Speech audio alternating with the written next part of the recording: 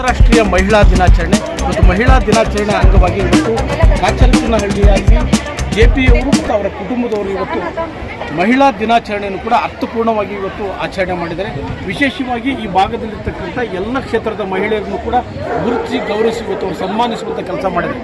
ಕೇವಲ ಅವರು ಪುಟ್ಟದಾಗಿ ಮನೆಗಳಲ್ಲಿ ಮಾಡಿಕೊಂಡು ಬರ್ತಕ್ಕಂಥ ಕಾರ್ಯಕ್ರಮವನ್ನು ಅವರ ತಾಯಿಯ ನೆನಪಿಗೋಸ್ಕರ ಇವತ್ತು ಭಾಳ ದೊಡ್ಡ ಮಟ್ಟದಲ್ಲಿ ಆ ಕಾರ್ಯಕ್ರಮವನ್ನು ಮಾಡಿದ್ದಾರೆ.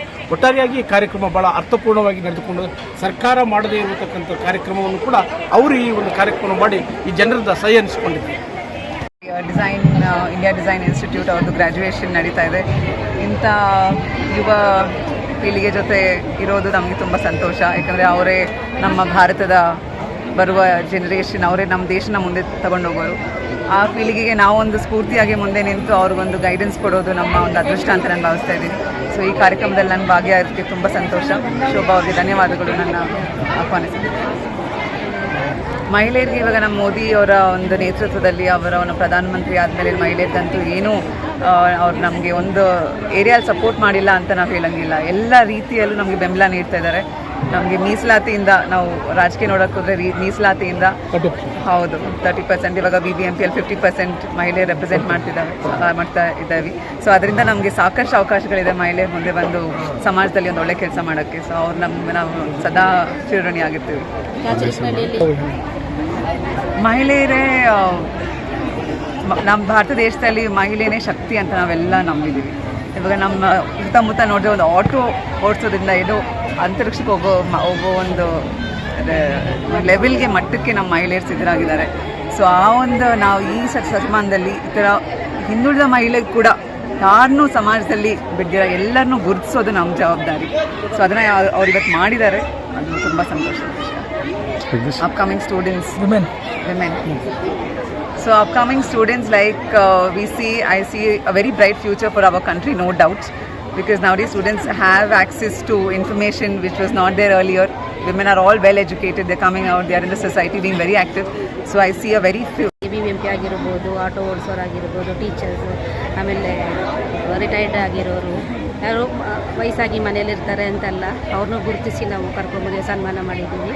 ಯಾವಾಗೂ ಮಹಿಳೆಯರು ಮುಂದೆ ಇರಬೇಕು, ವುಮೆನ್ ಆರ್ ಸ್ಟ್ರಾಂಗ್ ಆಲ್ವೇಸ್ ಅಂತ ಮೆಸೇಜ್ ಕೊಡೋಕ್ಕೆ ಇಷ್ಟ. ಇವತ್ತು ಸರ್ಕಾರನ ಕೂಡ ಇವತ್ತು ಪ್ರಮುಖ ದಿನ, ಸರ್ಕಾರನ ಒಂದು ಮೇಜರ್ ಕಾರ್ಯಕ್ರಮ ಮಾಡಿದ್ರು, ಆದರೆ ತಾವು ಉತ್ತಮ ಕಾರ್ಯಕ್ರಮ ಮಾಡಿದ್ರು. ಇವಾಗ ಇದೇನು ಹೊಸದಲ್ಲ ನಮಗೆ. ನಾವು ಚಿಕ್ಕ ಮಟ್ಟದಲ್ಲಿ ಒಂದು ಮನೆ ಹತ್ರ ಒಂದು 50 ಜನ 100 ಜನ ನಾವು ಮಾಡ್ತಾನೆ ಇದ್ವಿ ಒಂದು 20 ವರ್ಷದಿಂದ. ಯಾಕೆ ನಾವು ದೊಡ್ಡ ಮಟ್ಟದಲ್ಲಿ ಮಾಡಬಾರ್ದು? ನಮ್ಮದೇ ಸ್ವಂತ ಜಮೀನಿದೆ. ಈ ಸತಿ ಮಹಿಳಾ ದಿನಾಚರಣೆ ನಮ್ಮ ಅತ್ತೆ ತೀರ್ಕೊಂಡಿದ್ದವ್ರ ಹೆಸರಲ್ಲಿ ಸ್ವಲ್ಪ ಎಲ್ಲರಿಗೂ ದಾನ ಮಾಡೋಣ ಅಂತ ಕಾರ್ಯಕ್ರಮ ಹಮ್ಮಿಕೊಂಡಿದ್ವಿ. ಅದಕ್ಕೆ ಈ ಐಡಿಯಾ ಬಂತು ನಮಗೆ. ದೊಡ್ಡ ಮಟ್ಟದಲ್ಲಿ ಮಾಡೋಣ ಅಂತ ಶುರು ಮಾಡಿದ್ದೀವಿ. ಇವಾಗ ಮುಂದಿನ ದಿನ ಕಾಮರ್ಸಲ್ಲಿದ್ದೆ, ತುಂಬ ಸೋಷಿಯಲ್ ಆ್ಯಕ್ಟಿವಿಟೀಸ್ ಮಾಡಿದ್ರೆ ಅದು ಕಾಣಿಸ್ಕೊತಾ ಇರಲಿಲ್ಲ. ಅಂದರೆ ಯಾರು ಹೇಳ್ತಾ ಇರಲಿಲ್ಲ, ದೊಡ್ಡ ಮಟ್ಟಕ್ಕೆ ಮಾಡ್ತಾ ಇರಲಿಲ್ಲ. ಸರಿ ಮಾಡ್ತಾ ನಮ್ಮ ತಾಯಿ ಬಂದು ತುಂಬ ಇಷ್ಟ ನನಗೆ. ಅವರು ಸೋಷಿಯಲ್ ಸರ್ವಿಸ್ ಮಾಡಬೇಕು, ಜನಸೇವೆ ಮಾಡಬೇಕು ಅಂತ ನನಗೆ ಯಾವಾಗಲೂ ಹೇಳ್ತಾಯಿದ್ರು. ಅದು ನಾನು ಹೆಂಗೆ ಪೂರ್ತಿ ಮಾಡೋದಂದರೆ ನಮ್ಮ ತಾಯಿ ಅಕ್ಟೋಬರಲ್ಲಿ ತೀರೋದು. ಅದೊಂದು ತುಂಬ ಸೆಂಟಿಮೆಂಟ್ ಆಗುತ್ತೆ. ನಮ್ಮ ತಾಯಿ ಜ್ಞಾಪನ ತುಂಬ ಬಂದುಬಿಡ್ತು. ಸರಿ ಯೋಚನೆ ಮಾಡಿದೆ, ವರ್ಷ ನಾವು ಮನೆ ಹತ್ರ ಕರೆದು ಇಷ್ಟು ಲೇಡೀಸ್ ಬರ್ತಾರೆ, ಜೆಂಟ್ಸು ಬರ್ತಾರೆ, ನಾವು ಮಾಡ್ತಾಯಿದ್ವಲ್ಲ, ಯಾಕೆ ನಮ್ಮ ತಾಯಿ ಜಮೀನಲ್ಲೇ ಇದೇ ಜಮೀನಲ್ಲಿ ನಮ್ಮ ತಾಯಿ ಬಂದು ಫೌಂಡೇಶನ್ಗೆ ನೀರು ಹಾಕ್ತಾಯಿದ್ರು, ಗಿಡಗಳು ಬೆಳೆಸಿದ್ದಾರೆ. ಅಂದರೆ ಈ ಊರಲ್ಲಿ ಹುಟ್ಟಿ ಬೆಳೆದು ತುಂಬ ಕಷ್ಟಪಟ್ಟಿದ್ದಾರೆ ನಮ್ಮ ತಾಯಿ. ಅದು ಆ ಒಂದು ಗುರ್ತಿಟ್ಕೊಂಡು ನಾನು ಇವತ್ತು ಈ ಮಹಿಳೆಯರುಗಳನ್ನ ಸಪೋರ್ಟ್ ಮಾಡಬೇಕು. ಆಮೇಲೆ ನಮ್ಮ ದೊಡ್ಡವ್ರು ನೀತು ಅವರು, ಈ ಊರಲ್ಲಿರೋ ದೊಡ್ಡವರು ಅಂದರೆ ಇವರೆಲ್ಲ ಒಂದು ನಮ್ಮ ಹಿಂದೆ ಇದ್ದರೆ ಒಂದು ಶಕ್ತಿ ಬರುತ್ತೆ ಅಂತ ಇವನ್ನೆಲ್ಲ ಫಸ್ಟೇ ಫೋನ್ ಮಾಡಿ ಕೇಳಿಕೊಂಡು ಇದೊಂದು ಪ್ರಾಣ ಮಾಡಿ ನಮ್ಮ ತಾಯಿಗೆ ತುಂಬ ಇಷ್ಟ ಇರುತ್ತೆ. ಅದೇ ನಮ್ಮ ತಾತನೂ ನಮ್ಮ ಅಜ್ಜಿ ಅವರೆಲ್ಲ ಈ ಜಮೀನುಗಳನ್ನು ಅವಾಗ ಮಾಡಿದ್ದು, ಅವ್ರಿಗೂ ನನ್ನ ಕೃತಜ್ಞೆ.